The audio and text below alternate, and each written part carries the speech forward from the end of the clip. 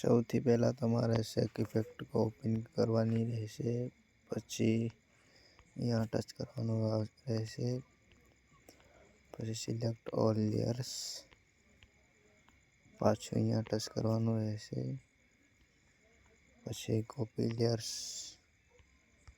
પછી અહીંયા જઈને કટ કરી લેવાનું, પાછું અહીંયા જઈને બેક કરવાનું, પછી બીટમાર્ક પ્રોજેક્ટ ઓપન કરવાનો, પાછું અહીંયા ટચ કરવાનું, પછી પેસ્ટ લેયર પર ક્લિક કરી પછી વિડીયો તમારો બનીને તૈયાર થઈ જશે. પછી તમારે અહીંયા જઈને પ્રોજેક્ટને એક્સપોર્ટ કરી દેવાનો રહેશે.